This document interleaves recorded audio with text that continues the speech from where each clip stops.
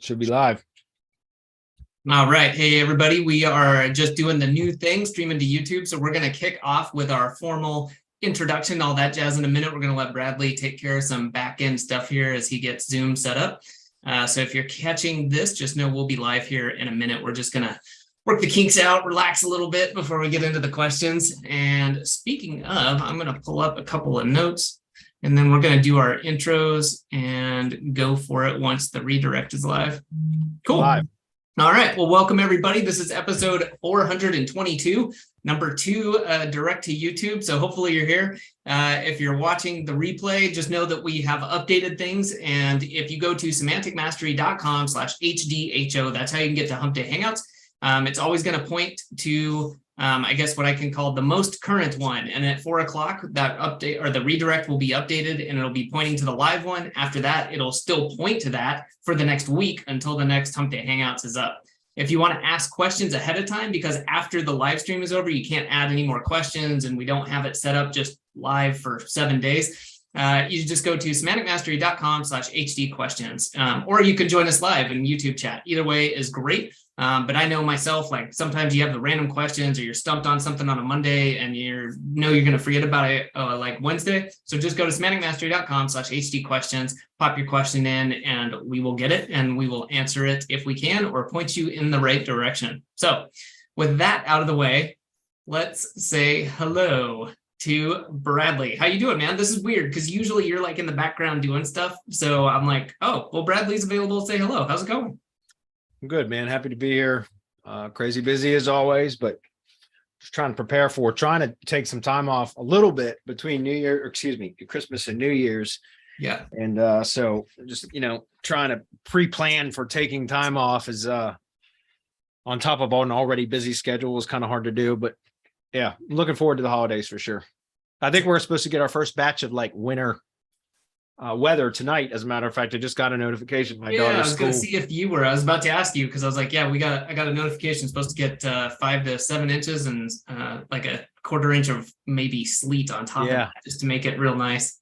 So I got a notification from my daughter's school saying, we're watching the weather and we'll send out a notification by 6 a.m. if school's been canceled or delayed. I know she's praying for it, so we'll see. Cool. Well, Chris, how about you? How you doing, man? Well, snow is definitely already here. Can't complain. And as usual, first snow of the year, I'm like, I gotta go on the slopes and hit the snowboard and stuff. And I'm actually going on Friday, so super happy. Very nice. Can't wait. And unlike Bradley, I usually prefer to do those things before Christmas or after Christmas, or like when there are no school holidays, if you want to call it that way. Because if there's one thing I really dislike is queuing in front of like the ski lifts. So I try to avoid it at all costs. At the gym, you mean? Yeah. Yeah. Let me pull something up. I had a couple of things I wanted to share with everyone. 2 things. One, if you're on the email, Semantic Mastery's email, then you know that the holiday sale starts today and runs through December 23rd. So I will pop the link in there. If you are not somehow on the Semantic Mastery email list, hop over to semanticmastery.com, sign up. We send out stuff like this, updates from Hump Day Hangouts, all sorts of good stuff. So hop onto that. But again, I will put the link into chat. So if people are here and somehow missed out on that, you can get notified. Also, I had taken a survey in the Facebook group and asked people if they were interested in Bradley's top 3 local link building methods, and got a lot of responses for yes. So we put it together. We've got it as kind of a PDF report, and so broken down by 3. There may be a bonus one in there. I don't know. You'll have to go check it out to find out. But we've got that available. So I will put that link up there too. And you can grab that as well. So for me, that's the big stuff. Anything else you guys can think of that before we hop into questions? The Kraken. Yeah, Michael Bowes went in for another surgery yesterday. So everybody who has faith or whatever, say a prayer for Michael or send him best wishes or whatever, because he just he had a successful operation, but so he's already been posting about that. But anyway, we did a promo for the Kraken, which is his custom CTR manipulation kind of app that he created, or that him and his developers created, that is a way to daisy chain CTR signals together so that you can send referral traffic through multiple tiers of referrers.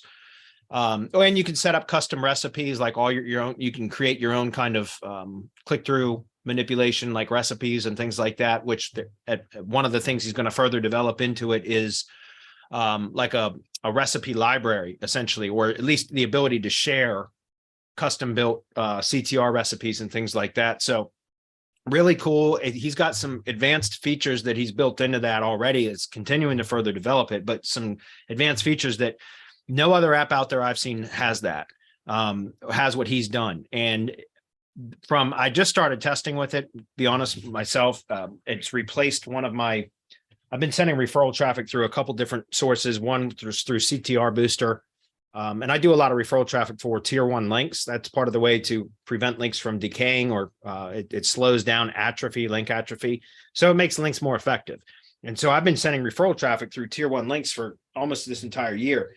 But it's been a real pain in the ass to set those up and manage those kind of campaigns, because I've either had to use CTR Booster, which has worked, but I've had to spend a lot of money. I spend, roughly $350, $400 a month on mobile proxies and things like that. So, and then also, like, in my opinion, those desktop apps are a pain in the ass to deal with, because you have to update them often and they crash, and it's just a lot of unnecessary work, in my opinion. So I started testing another referral traffic source called Babylon Traffic. And that's okay, a bit pricey, but it was okay because it was easier to set up. And once you set it up, it was pretty much set and forget. You didn't have to, it was a cloud app, not a desktop app. So that's part of the reason I used it. But I prefer to support somebody in our community over some blind, like generic big company or whatever. So Michael's tools, Viper, he has Viper tools, which have been great, but there was some limitations with Viper tools. And for a long time, it was a desktop app where you had to be running the desktop app in order for you to be able to generate signals anyway. And so again, I don't like the desktop apps. Well, and then also the previous versions of the tools before the Kraken, you could only do like one campaign at a time, like set up a campaign. So if you had a lot of clients, a lot of campaigns to set up, it became very cumbersome to do and time consuming. All that to say, Kraken he's resolved so many of those issues. It's a cloud app. You don't need a desktop app. You can run a desktop app, which would generate additional CTR credits for your account. And I do recommend you do that. But if you don't want to mess with that, you can just run it directly through the cloud. That's fine. And like I said, you can set up like mass campaigns and all kinds of stuff. So there's a lot of really cool features that have been added in there. Now I'm using it now for referral traffic. In fact, I canceled my mobile proxies for CTR Booster. I'm just eliminating that entirely, just because I just don't feel like dealing with the desktop apps anymore. So I'm testing with that right now, but it's pretty cool. There's some really cool things that you can do with it, and he's going to continue to further develop it. We were supposed to close the offer down on Monday, but because he was going in for surgery on Tuesday, I said, look, leave it open for a couple more days. So as far as I know, it's going to be open until midnight tonight, maybe because he's recovering from surgery. It might end up being open for a couple more days, but I would encourage you guys to check it out, because he had a really good deal that he gave to our members. So check it out if you can, and pick it up if it's something you want to do. Remember, it's a do-it-yourself, so you have to learn how to set up your campaigns yourself and not blow yourself up. What I mean by that is you don't want to overdo it with CTR signals. There's very particular ways that you should be doing it. If that's not an option, if it's not something you want to mess with, or you're unsure about what to do, then there's always done for you options, which is like what Local Fury is. So there's always that option as well. So check it out. Cool. Yeah, I popped the link on there. So the replay link is in chat. If you're watching live, it's there. If you're watching the replay, by now it will have appeared. So good to go. I think that's it, guys. Let's check out the questions. I know we're still transitioning over. I don't see any questions on the page itself. Bradley, do you have the sheet open? Okay. Yeah, I have the sheet open, and we only got like 5 questions. So we'll go through that, and then, we'll wrap it up if we have to. So. All right, I'm going to leave it. I'm going to just show the Google Doc. If I have to grab the screen to go like jump into a browser or something, I will. But in the meantime, I'm just going to read it, because I think it's, we've had people comment like, I'm tired of looking at the same screen, on the Hump Hangouts. I want to see Bradley's good looking face. So yeah, instead, now we're going to get complaints about I'm tired of seeing your face, right? Well, it is YouTube, so you gotta change the camera angle every like 2 or 3 Yeah. seconds, you know? Yeah. Well, interestingly enough, I bought Mevo cameras. I just bought them on Black Friday. I spent like $6K, no shit, $6 grand on. I bought a new desktop, an Alienware PC, and then I bought a bunch of video equipment. And because we're preparing the next year, which is only a couple of weeks away now, to start doing a lot more YouTube stuff. And so I bought these Logitech Mevo cameras, which they're Bluetooth, like they're Wi-Fi cameras, webcams that they talk to each other. And I bought a starter kit or something like that. It's a 3-pack of Mevos, and they'll all talk to each other, and they'll do it through Wi-Fi, and it will stream up to 1080p if you have a good enough Wi-Fi signal. But I did some reading on it and everything after I bought it. It was $1,000 just for the 3 cameras alone, just for those. But then I was doing some reading on it, and there was, people saying that even with really good Wi-Fi connections, the video could get choppy. And so they have these Ethernet adapters so that you can plug it directly into Ethernet. And that's how I have my PCs, my desktops all hooked up is through Ethernet, not Wi-Fi. And so, but each one of those was $200 each. So each one, you have to have one for each camera, and each one of those is $200. I was like, son of a bitch. Had I known that I was going to be, that many thousands That's a racket, of dollars, man. $200 for a Ethernet dongle. an Ethernet adapter. Yep. What a lovely order bump. Oh my God. And it wasn't until after I received the cameras that I even found out about it. So I had to order those after the fact.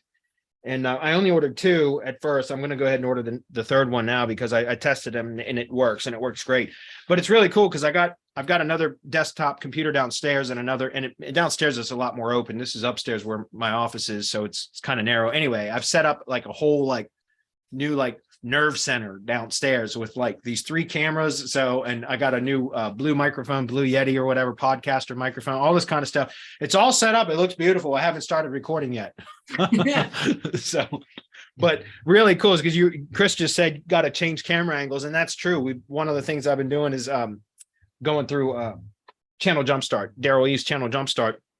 Today was the last week of the training calls. Then we start next week on the coaching. There's 4 weeks of coaching, group coaching calls.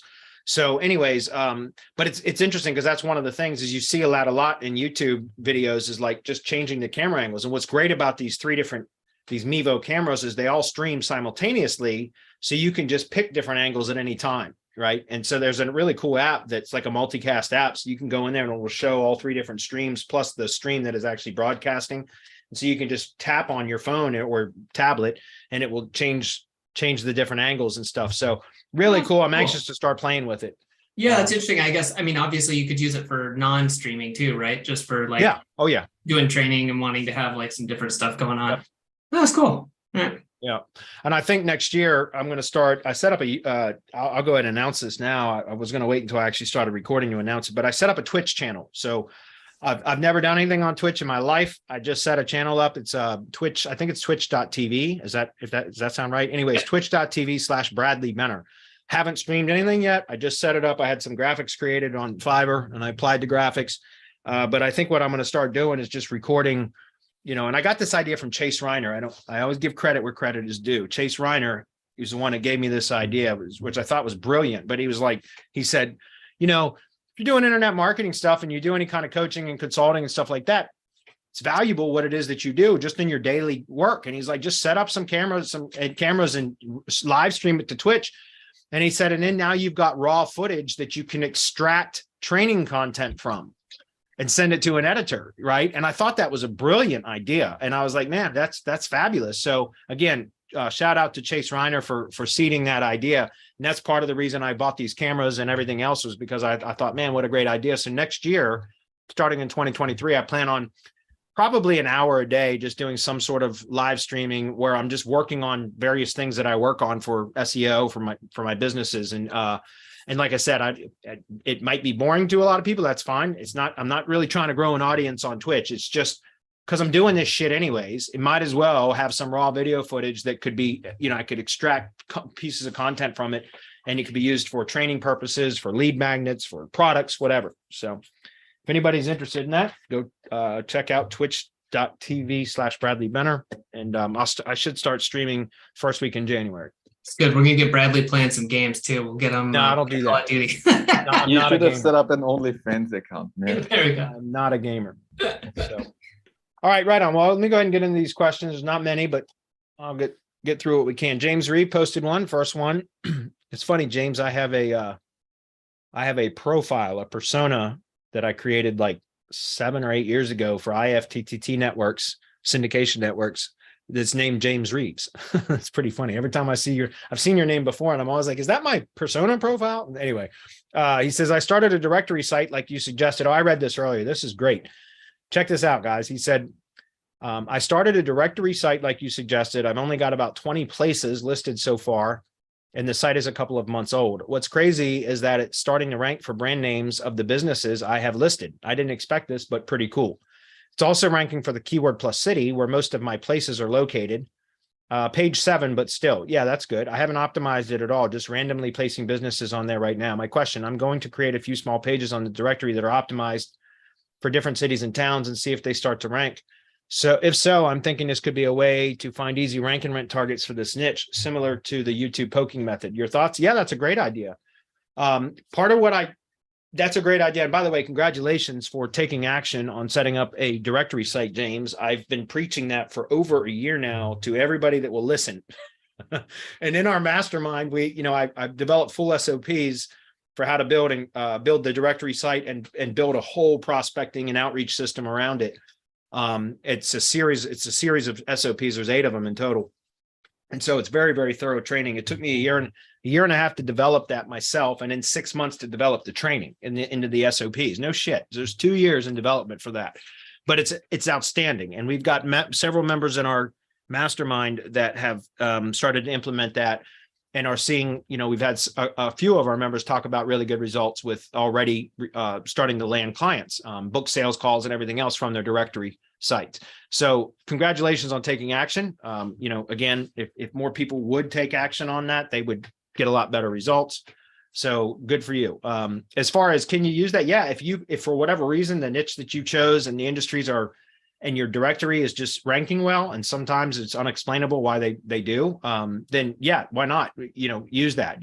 Try it, test it first, try a few, create 4 or 5 pages in different keyword plus city combinations, and maybe try varying degrees of difficulty as far as, just from basic research up front, determine if you can, try testing a few of these pages in a few different, areas that have different degrees of difficulty. Okay. And see if you start to get some results from that and you can rank, then yeah, why not? I mean, use that. You could use that in conjunction also with stuff like LiveRank Sniper, and a combination of the two. And what's interesting is if you find areas, and I'm just going to go back to the LiveRank Sniper thing, because I don't use my directory for poking. Poking is just a term, guys, for testing keywords. I don't use my directory for that, although my directory ranks, I don't really use it for that. But what I'm saying is that I like to use LiveRank Sniper for this stuff. And if I find stuff that keywords that I can rank for fairly easily with LiveRank Sniper, then I know that I can then go in and build more permanent assets. Because for a lot of YouTube videos, guys, local terms, YouTube videos might rank initially very, very quickly for low competition stuff, but a lot of times they won't stick. They don't last for very long. So I like to use the poking method as a way to identify areas that I can rank for with high authority properties very quickly with very little work other than just on-page optimization and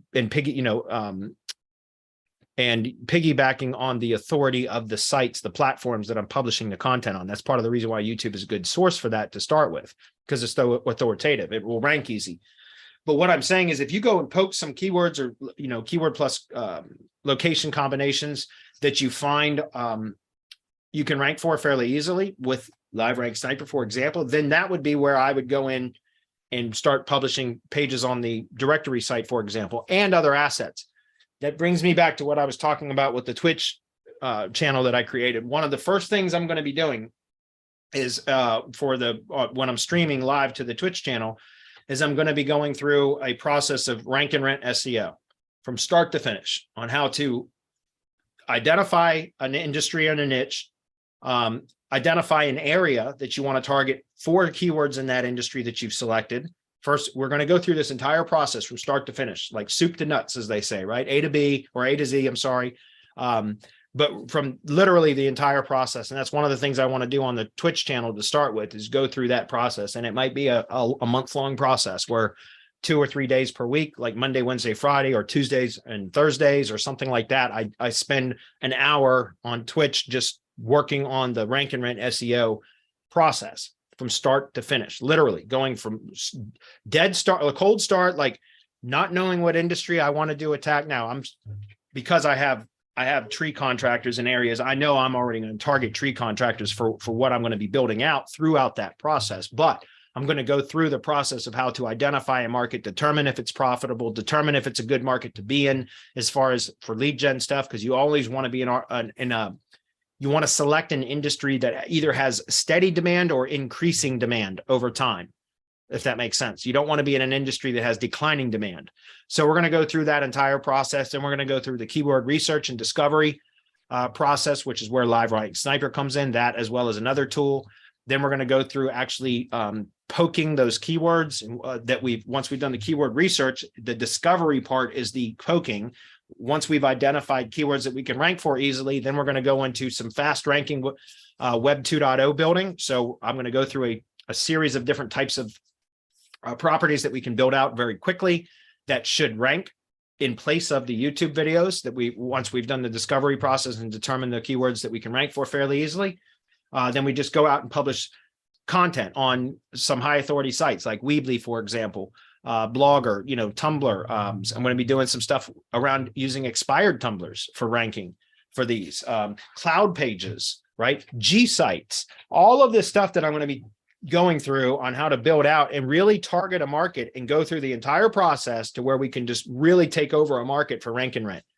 And then after that, once we've achieved the results, about monetizing them too. So like I said, it might be a month, might even be a 6-week long process to go through to complete all of that stuff out. But I want to go through an entire process of rank and rent SEO, because that's, for my own agency, that's going to be one of the big things I focus on for 2023, is building out a lot more rank and rent or lead gen assets. But I want to stick with the easier to manage rank and rent process than like pay per lead or revenue share, which requires a lot more like tracking and everything else. So anyways, if that's of interest to you at all, come check it out. Back to James's question. James, yeah, I think that's a great idea, using your directory if it's ranking well right now for whatever reason. And by the way, that brings me back to something else. There's just like Terry Kyle. Anybody that's been in the SEO industry for a while would recognize Terry Kyle's name. He owns WPX Hosting and Cloud Boss, and I use Cloud Boss for a lot of link building stuff. It's fabulous. Anyways, Terry's a legend in the SEO industry. That for those of us that have been around for a minute, he talked about what he called years ago called the random ranking factor, and that just the reason I'm bringing this up is because James is saying that his directory, which he hasn't done much optimization work or anything else, it seems to be ranking well. Could be a random ranking factor that's positive in this case. A lot of the times the random ranking factors goes in the negative direction. What is that? The random ranking factor is a process that Terry Kyle used to use, and I tested this years ago with a plumbing site that I had to build for a new plumbing contractor client that I got. I think this was back in either 2013 or 2014, so that long ago. Anyway, he talked about if you're going to go target, like to build a site, and for whatever keyword or whatever, and again, I tested this with a local plumber in Manassas, Virginia. Anyway, he said, if you're going to go to build a site, like before you go full on with building a site on a particular domain, he goes, go out and buy like 5 domains and slap up a WordPress site, or you could do it with HTML probably. But at the time it was WordPress is what he suggested, but slap up a WordPress site with some just basic optimization, title tag, a little bit of content that was optimized fairly well, things like that. And slap up the same basic site on all 5 domains and put them into a rank tracker for whatever you optimized it for. Nothing super hard or anything else. And just let it sit, wait for them to index and everything else for about 2 weeks or whatever. And then go look at the rank reports for each one of those. And they're all optimized, the same keyword, the same content, everything. I guess you could vary the content up slightly, but it's the same keyword. And he said, what happens is you'll notice usually like 1, sometimes 2 of those sites will rank much better than the other ones. Now, how is that? Why is that? Like, if it's pretty much the same content, the same structure of the site, same type of platform, WordPress in this case, and really nothing is different, why is it that some will outrank the others considerably better? And that's why he termed the coined the term, excuse me, random ranking factor. He said there's really no rhyme or reason to it. And that's, I think, where I got the term algorithmic anomaly. He said it's just an algorithm, like when algorithms have, strange things occur within algorithms at times. And so sometimes, like, just the same, like having the same domain or the same site structure that's optimized similarly across 5 different domains, as an example, just to test, you'll see that like one will outperform all the others. And that's the domain now that you select and build your site on. It's just because of the random ranking factor. And so perhaps, James, your directory site just happened to be one of those types of domains that Google just likes for whatever reason. And I've actually experienced that, guys, like where it, by the way, if you guys have ever built a site that just never performs well, like ever, no matter what you do, it might be a random ranking factor, on the negative side of it, right? It could just be that Google just doesn't like the domain for some reason. Is there a rhyme or reason to it? I don't know. It could just be an algorithmic anomaly. But it was interesting because I tested that with, like I said, a plumber, and I did it on 5 different sites. And sure enough, I found one domain out of the 5 that ended up performing a lot better than the other 4.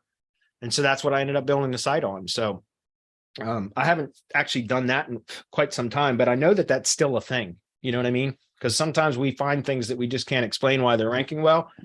We talked about that a little bit last week. There are times where offline marketing can help something to rank. And so you won't see that in the digital metrics.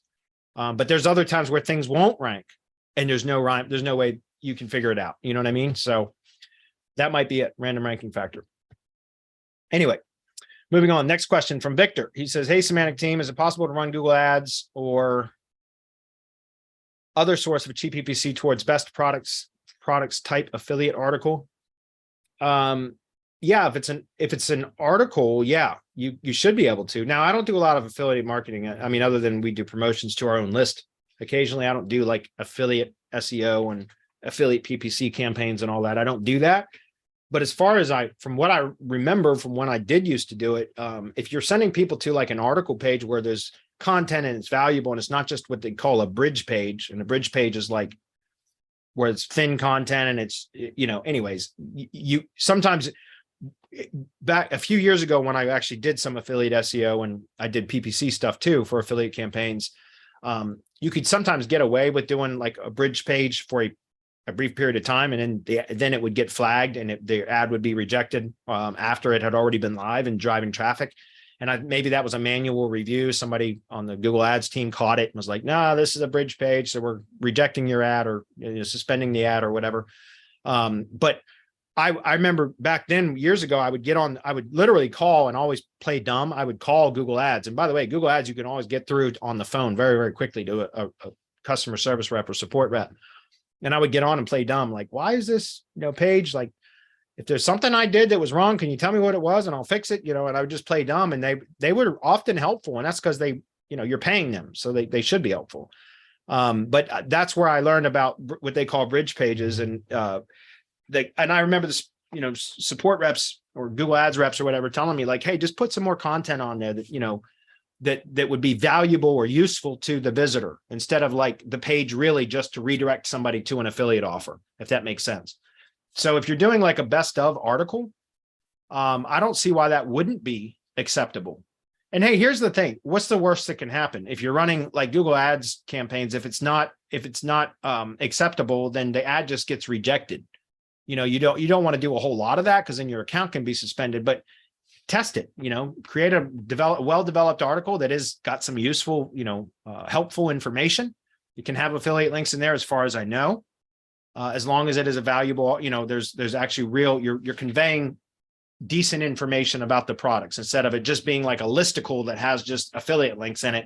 Have a synopsis, like a summary of each one, of some commentary about your own experience or opinion with each one of those, stuff like that. Now that seems to me like it would be relevant. And the worst that can happen is you try setting up an ad for it and it gets rejected. And then, like I said, call Google Ads if that's where you're going to be running traffic from.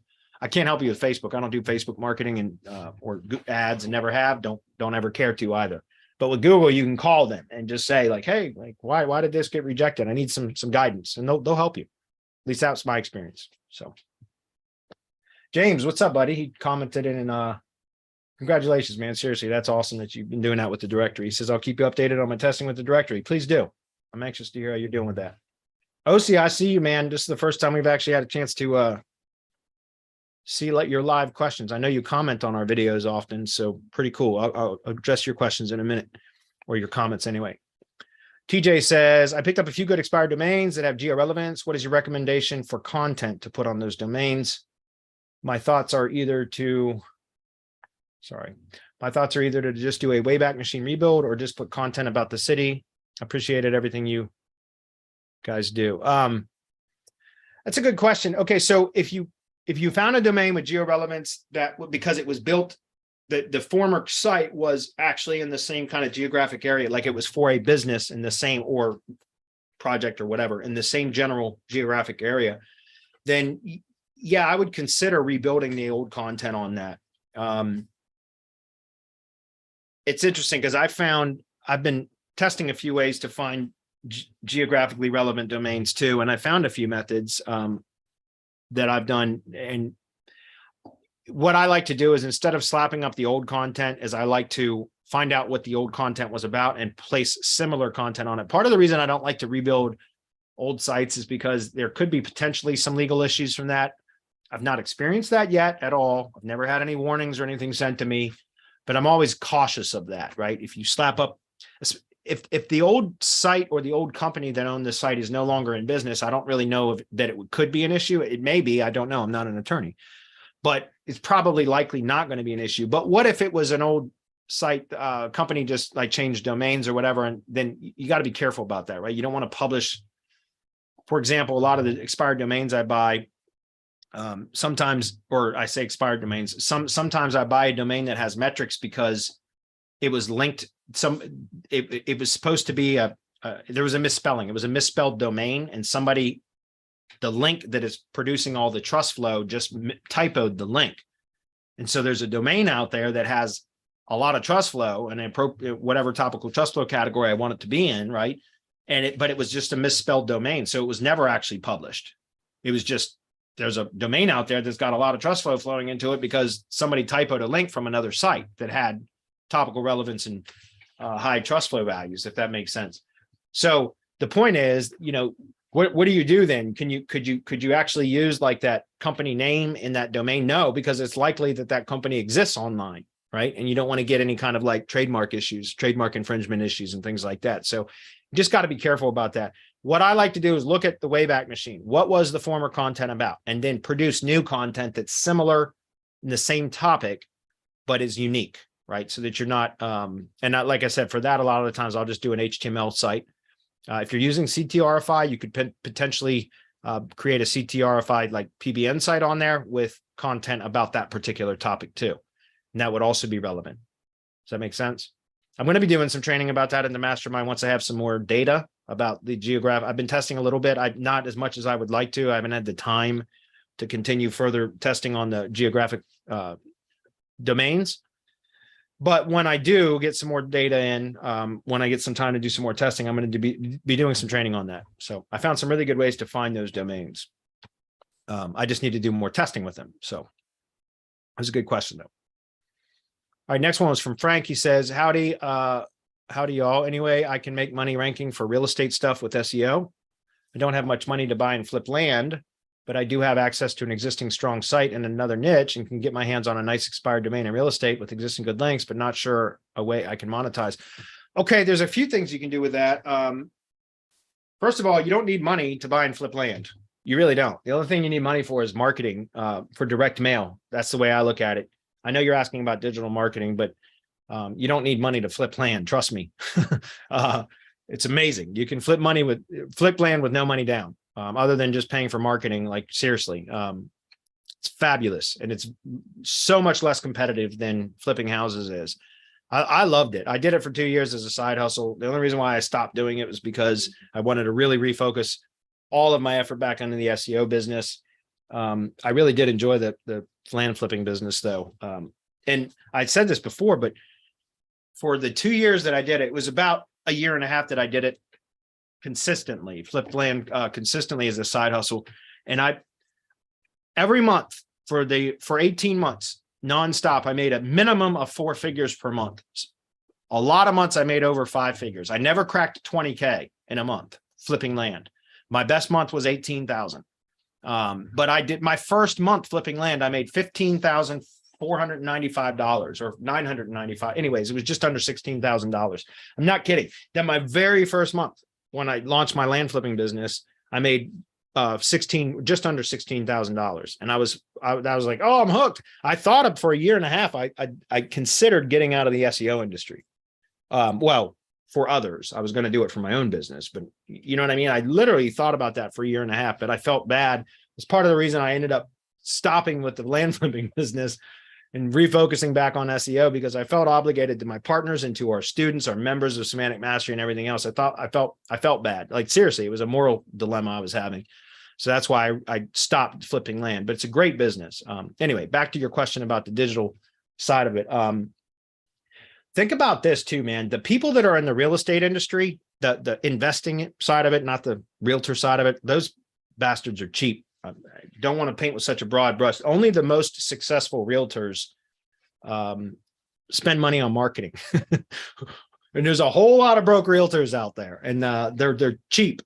So just so you know, and again, if there's any realtors watching this, you know what I'm talking about. I'm not talking directly to you. Well, maybe I am. Anyway, I know that's a very broad brush to paint with, but real estate investors, they spend a ton of money on education, guys, tactics to get better results. So why not consider this? Just consider getting into the real estate investment affiliate side of things. In other words, if you've got a really good domain that is strong and that's in the real estate, why not consider setting up an affiliate site? Again, I don't do affiliate marketing, but if I was to get back into doing real estate stuff besides just flipping land, not houses anymore, because land is so much easier in my opinion. But why not get into doing affiliate promotions and marketing for real estate investment training and coaching stuff? Because those are high ticket stuff. I mean, real estate coaching courses are like easy $3,000, $5,000, $10,000. I'm not kidding. I mean, I've bought a lot of them myself over the years. I've spent a lot of money on real estate investment training and courses and coaching over the years, because I used to do it 2004 to 2008 or 2003 to 2008 too. I used to flip houses way back then. And so, I mean, it was easy to drop $3,000 on a training course or a weekend seminar or $5,000. No kidding. I mean, that's just normal in the real estate investment industry for people to spend that kind of money on training and coaching programs. So I would consider possibly getting into doing affiliate marketing for real estate investment training, because that's something you don't need really any money for. Especially if you're talking about sticking strictly to digital marketing. You know, when it comes to actually flipping properties, a lot of that is physical. Like it's not just digital stuff, right? The physical mail, which works great. Direct mail works fantastic especially for land, but probably for houses as well. But a lot of that is also, remember, talking with people and making deals and signing contracts and setting up closings and all that. So if you want to avoid all of that, not that it's not super lucrative, because it can be, but if you want to avoid all that and just stay behind the computer, then perhaps doing affiliate marketing. Like I said, if I was to get back into real estate, I would seriously consider still flipping land, but also doing affiliate marketing for real estate investment training and coaching. There's a lot of money in that industry. Those people in that industry spend a shit ton of money on trying to get an edge over all their competitors. So there's a lot of opportunity there to make real affiliate money. So, and good commissions too. So I would check that out. Okay. And think about that. If you have a real estate site that you do well with SEO and it starts to rank and you start generating affiliate income, you could potentially monetize that, like also get into the investment side of things with that same site. You could piggyback off the authority that you've built to that site to acquire properties, whether it's houses or land or whatever, right? So there's a number of ways you could cross monetize that. Oh, look at that. Robert Portillo. What's up, buddy? He's one of our new members. All right, guys, one more question in these pre-posted questions, and then we'll get into the chat. Last one was from Stephen G. He says, if you could generate unlimited content, What would be your approach to quickly grow and monetize online? Pick a niche and just develop a shit ton of content around that particular industry, but try to structure it properly. There again, I always talk about this. Writerzen has got a really good Writerzen is a tool that it's like my favorite keyword research tool right now. But they have a really good workflow like built into the app on how to do topic research and then organize the content into a proper structure, an appropriate structure, and then develop that content out. There's some, whether you use the Writerzen app or not, it doesn't matter. I'm just saying you can go to their YouTube channel. They've got a phenomenal YouTube channel, Writerzen, right? Writerzen is the channel. Just go to YouTube and search for it. And they've got a really good channel with a lot of really, really good training videos on there that can teach you how to structure content to where you become a topical authority. That's what I was getting at, was you want to try to become a topical authority. If you have the opportunity to generate unlimited content, then spend some time in the planning, select a topic, spend some time developing the structure, organizing keywords into topic clusters or keyword clusters to support that topic, and then structuring it how you would structure the site, right? In silos or whatever, different categories, subcategories, however it is that you need. It's going to vary depending on whatever topic you choose. So, but once you spend some time on all of that is what I'm saying. And then start developing the content. But the planning stage is very important for what it is that you're talking about. So hopefully, I think something else too, Bradley, what would you think about the way I was thinking to add on to that would be not at the start, maybe not make it too complicated, but start to build multiple adjacent sites. So not the exact same topics, but maybe overlapping. Yeah. And to go that way too, to avoid issues like random ranking factors, also just to have not all your eggs in one basket. Although I would try to concentrate on one at a time until it's up and running and you have a process, and then go set up another one and kind of set up a process and, but I think building that out kind of in adjacent areas or, within one larger broad niche, maybe. And I've got something, keep talking, Adam. I'm going to pull something up. Well, that was about it. Yeah. I just think, it's a balancing act like everything. You don't want to have 1,000 sites you have to manage, but you maybe don't want to have one, or you could put up 3 or 4, with some varied kind of sub niches or topic breadth, and then see which ones perform the best, and then which ones you enjoy maybe working with or having someone manage, and then just kind of go nuts on that and keep the others if they're profitable or sell them. So, yeah, there's a service that, shit, I'm trying to find an email that I got from this service that I'm testing with right now. It's pretty damn good, but it was a fabulous idea about how to use SEMrush. And SEMrush to get all the questions up. You could probably use other tools like SEO Minion and things like that, but questions, the people also ask questions and things like that to extract all these questions. But in SEMrush, there's a very particular strategy on how to use SEMrush, and you can use all of, you can extract or export or whatever, all of the questions around a particular topic. And then you can check their traffic statistics and their competition levels for each one of the questions and all of that. And then you can narrow it down, and it's a whole process. The guy had literally an SOP on how to do this using SEMrush. And then you publish content around all the questions that have that meet specific criteria, but low competition is one of the key metrics that he looks at. And then you just publish all of that onto a domain that's optimized for that topic. And he said it's just like very quickly you can start to generate massive amounts of traffic. And cool. Go ahead. I was going to say, if you could find that one, I'm sure everyone else would be interested. If you could forward that to me, I'd love to check that out. It's just an interesting idea, if nothing else. I'm trying to find it. If I can't find it now, I'll just I'll post it in for next week. Anyways, it seems like I've got to find it because it was a really, really good idea, and I've been wanting to test with it. I just haven't had the time to do it. So, well, maybe that's 2023. I know we've talked about putting up some sites for some other uses, and so maybe that can be something we go with. Yeah, I got to find it, man. Anyway, I'll find it and I'll try to post it for next week. Anyway, cool. I think that was it for the pre-posted questions. So very quickly, I want to roll through all these comments. A bunch of them are rolling in, so thank you guys. All right, we'll start with OC. Any thoughts on the new link spam update? No, I haven't I haven't done any investigating on it. What I've seen recently was from the more recent core updates, core algorithm updates. I've seen some of my sites, tree service stuff actually took a nosedive, an organic. It wasn't so much a maps thing, but an organic. I lost a lot of traffic and exposure. And so from what I understand, it's like another panda penalty, essentially, that I'm trying to resolve some issues on that. But you got to be careful about, as far as the link spam, I haven't seen anything from that yet, OC, so I can't really comment on that. I'm testing some different methods for recovering. I've had a couple of my own tree service stuff that I've lost a lot of traffic in the last couple of months.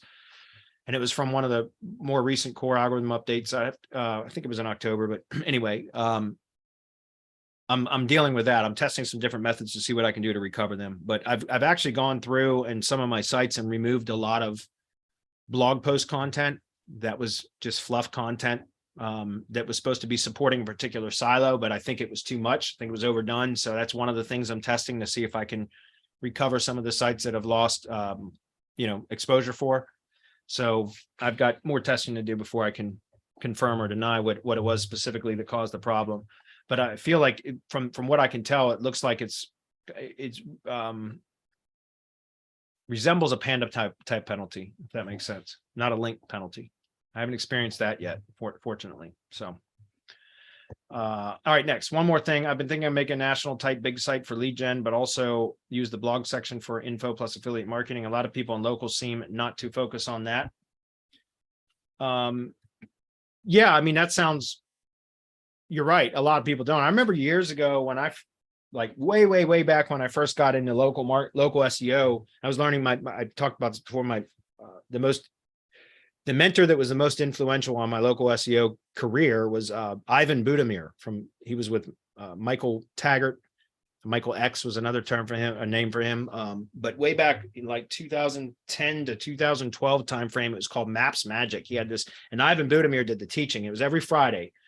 It was supposed to be, I think, an hour-long webinar, but it was always like 90 minutes to 2 hours long. Every Friday, it was fabulous.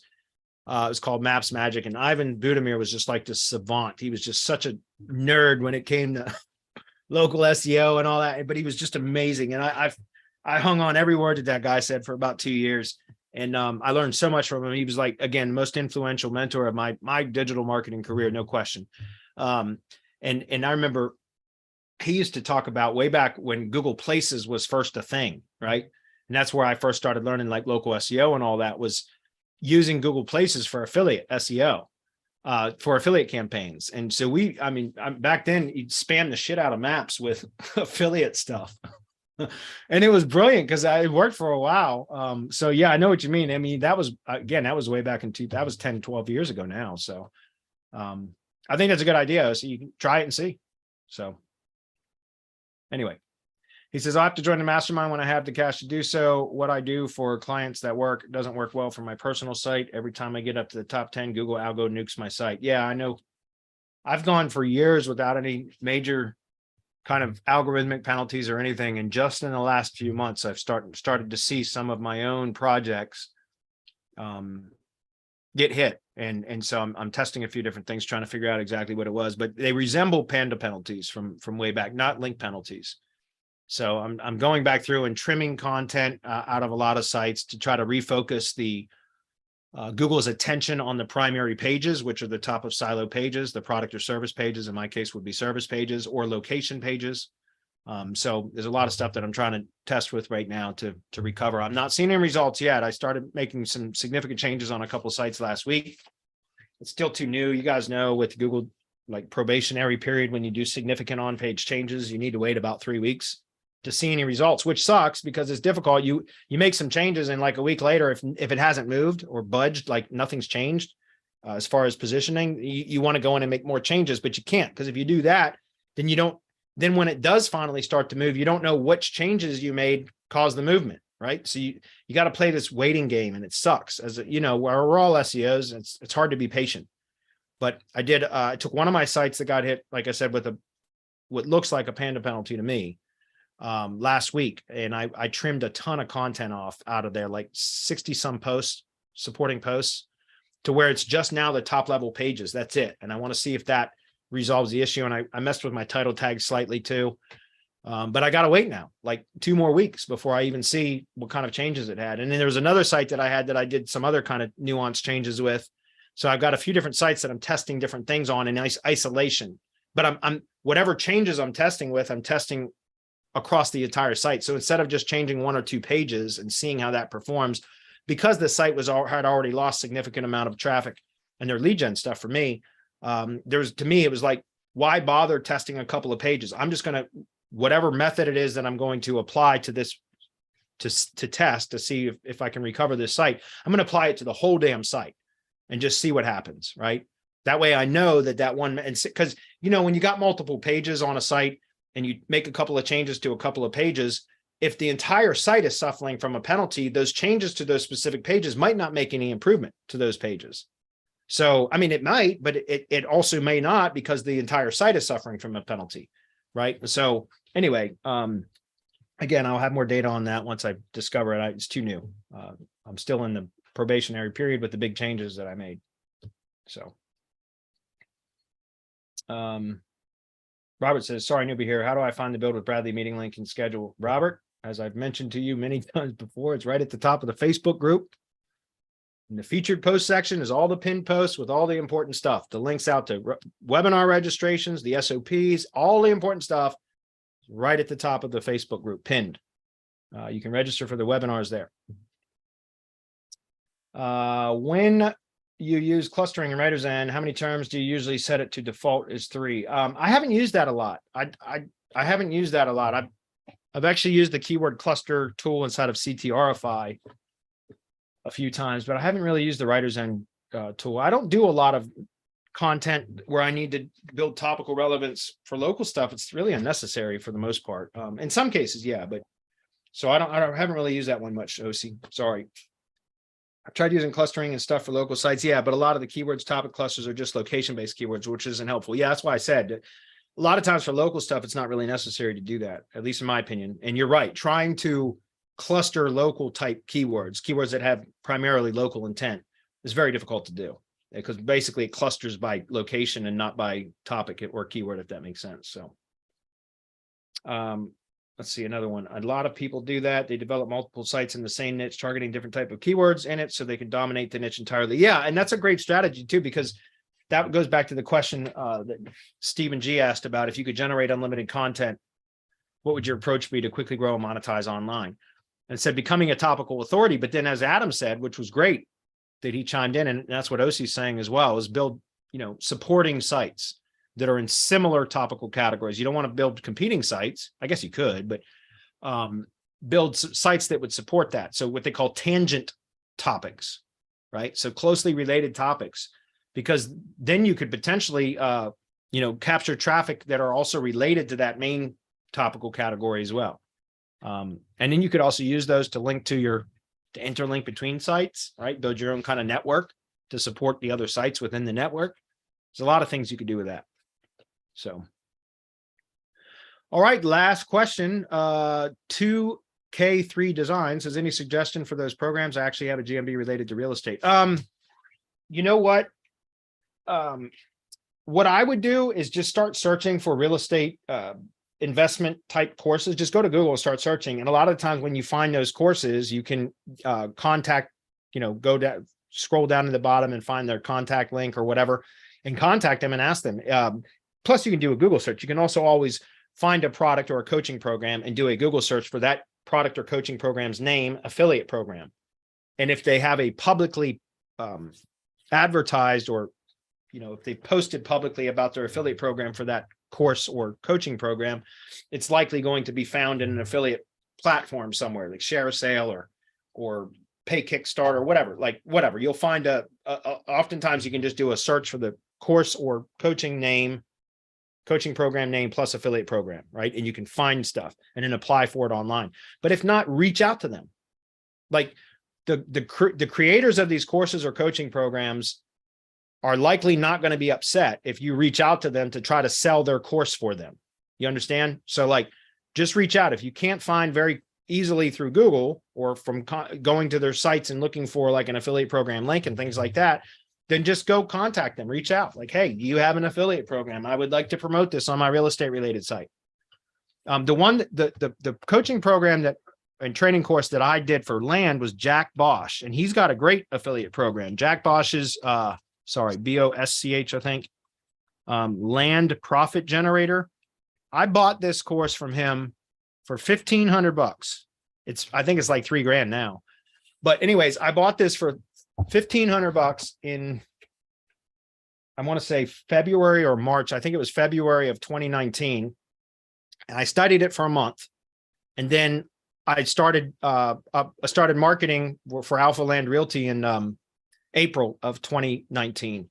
And my first month, I landed 5 properties, locked 5 properties up under contract, and then flipped one of them for $15,000. No shit. And it was amazing. And that was this course right here. And so I know he's got a great affiliate program for this. Don't know if it's down here, but he's got a great affiliate program for it. But this is what's called Land Profit Generator. And this is a good one too. So hey, Bradley, real quick, there was another question that popped up. Muschetz, it was, I don't know how to pronounce the name, but CTRify versus Kraken Viper tools. Where's the one that I missed? I'm sorry. I don't know if you maybe scrolling down through chat or if it's not chat. Weird. Well, I'm seeing it. Somebody asked CTRify versus Kraken Viper tools, basically saying what, I guess, looking for some sort of recommendations or ideas. Well, if you're talking about for the CTR signals, I prefer Michael's tools over CTRify. Don't get me wrong. I love CTRify. I use it a lot for building niche relevant sites. I'm sorry. Sorry about that. Got some noise in the background. Some construction. Okay. I thought you were saying something. So I use CTRify for niche relevant sites, but I'm not crazy about the CTR signals that it sends because it's, although I haven't tested with that in a few months because I didn't like it months ago. So I kind of stopped using it for that. It may have been improved. Alberto, the developer of that's put a lot of money and effort into CTRify. I know because he reached out to me to do some training for him about it. No shit. Which, by the way, I've done that. I've just got to package it up and send it to him. Anyway, I prefer Michael's tools for CTR manipulation over CTRify. CTRify requires Google Search Console integration, or else you cannot even send signals to the property. So you have to have access to the site that you want to send signals to has to be part of Search Console that you have access to, because you have to authorize CTRify to that Search Console account. Then it pulls in all of the pages and search queries and everything else. And it's a bit of a pain in the ass to set the campaign up. And for a long time, I think he resolved this though, but for a long time, the campaigns only run for 30 days and then they would stop and you couldn't repeat it or duplicate it. You'd have to go in and manually set the campaign up every month. And it was just like, after a couple of months of doing that, I said, fuck this, I'm not using this anymore. You know what I mean? Because it was just too cumbersome. I think he resolved that now. I think you can repeat the campaign now, so you don't have to keep setting it up every time. But like I said, it requires Search Console integration, and that's not that big of a deal. But I found that, again, I prefer to use another tool for CTR manipulation. So hopefully that makes sense. Yeah, take a look. I think, oh, thanks, Alex. Alex says, thank you guys for the free gold nuggets. Oh, I see it come through. It was weird. It must have been like the chat didn't refresh for me or something, but now it's there. I see it. OC says the important thing is to not link those websites together, as tempting it can be. I think it's better this way. Well, I think you can if you hide your footprint enough properly, OC. Why wouldn't you? If you mask your footprint appropriately, I don't see there any reason why you couldn't interlink those sites. Well, that, and I would say I would defer to people who deal with this. I haven't dealt with this at scale, but nowadays, especially, it's not uncommon to have somebody own more than one website. And like, why wouldn't I, mention or link to different stuff? Obviously, if it's being manipulated heavily, you probably want to avoid that. Yeah. But it's common knowledge, right, that there's corporations that own 20 websites in the home and garden niche or something. That's not a secret. You can figure it out, and they link to each other. And so I think there's probably a line you don't want to cross. But I think it would. I don't know. You could probably do it, but again, I'm not the expert here. It's something I want to get more into next year. And OC says, yeah, it's extra work, and you have to know what you're doing. But that's my point. Yeah, precisely, OC, and you're right. So thank you for pointing that out, because if for those that probably didn't know that, it's good to mention that. So thank you, OC. I appreciate that. because otherwise some newbies could blow themselves up. You know what I mean? All right. Last thing, depending on how many sites. Yeah. Okay. James says, thank you guys. You're welcome. Thanks, Bradley and team. Always fun and helpful listening in on these. Yeah, it's awesome, man, to get to chat with you because I know he comments on our videos in YouTube often. So I appreciate you. It's kind of cool doing this live chat thing. It's different. One last one popped in. That's it. I'm gonna cut it off after this one. I swear to God. But I'm glad because I was worried we weren't gonna have enough questions. This new format's a little bit different. So everybody, I don't like change when it comes to this stuff. Last one. Andrew says, on Rank and Rant, is it better to pick one brand name domain and then scale that one nationwide with as many GMBs as you can get? Or is it better to build out a different site for each location? Okay. In my opinion, it's better to go with one brand. Now, I know there's going to be other people that are going to have differing opinions. That's fine. I'm not saying my way is right and everyone else is wrong. I'm not saying that. What I prefer to do is build a brand because you can build authority to a brand. And it's, guys, we're in the semantic web. It's about entities, right? Entities and brands. And so if you can build authority to an entity, then you reach a kind of a critical mass or a tipping point where all of a sudden now you've built enough authority to a particular branded entity that when you go into new markets with that brand, it will rank so much easier because it's inherited. It's benefiting from the authority of the brand, right? And so in my opinion, build a brand or several brands so that you don't have all of your eggs, like Adam said, in one basket. You could do this, like pick 2 or 3. Like I'll tell you 2 of them that I've got for tree service stuff right now. I got felling.pro, like felling, because tree felling is an entity for tree removal, more so on like the logging and deforestation side of things than for like tree removal at homes and stuff, but it's still synonymous with tree removal. So I got felling.pro as a domain. That is a cherry domain for a brand because it's so short. Felling.pro. Love it. In fact, that's one of them. And then I got another one called Grim Reaper Tree Services, and it's at grimreapertree.services. And so I got 2 of those. And I love that. I had a really cool logo made with that too, with the Grim Reaper with a chainsaw next to a tree. It's really, really cool. But anyways, like I've done this locally. I know we're over time. I'm going to wrap it up, but I've done this locally in Virginia with a couple of brands for tree service stuff that I grew over the years. That's one of them that got hit that I was just talking about with what looks like a panda penalty, but it's a core algorithm penalty. There's no question. One of them is one of the big brands that I created here in Virginia that I use for tree service stuff. And why I talk about this is because with what I found was with this one particular brand that I'm talking about, which is my oldest tree service brand that I created like 9 years ago now. Anyways, I had up to 22 locations with that brand at one time. I reduced it down to 13. And then earlier this year, I lost 4 of them. So I've got 9 locations left. I had 4 of them suspended.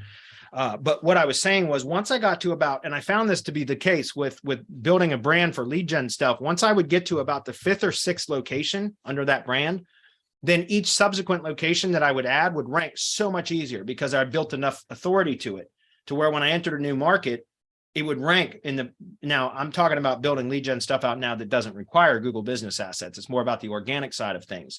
But when I was doing a lot of GMB or Google business asset building for lead gen stuff around the 5th or 6th location, as long as I'd properly optimized those previous locations, then when I would start to add any subsequent location would rank so much easier. So in my opinion, you're better off building not just one brand, but probably pick 2 or 3 different brand names, make sure they're brandable, not exact match keyword domains. You can use exact match keyword domain, but still the brand name should be something unique because you can establish an entity on a unique name so much easier than you can on a generic keyword name. Okay. Anyway. Yeah. Cut it off, OC. I can keep you guys another couple hours. No. Wrap it up. Time to go. We're done. Thanks guys for sticking around. Love the new format.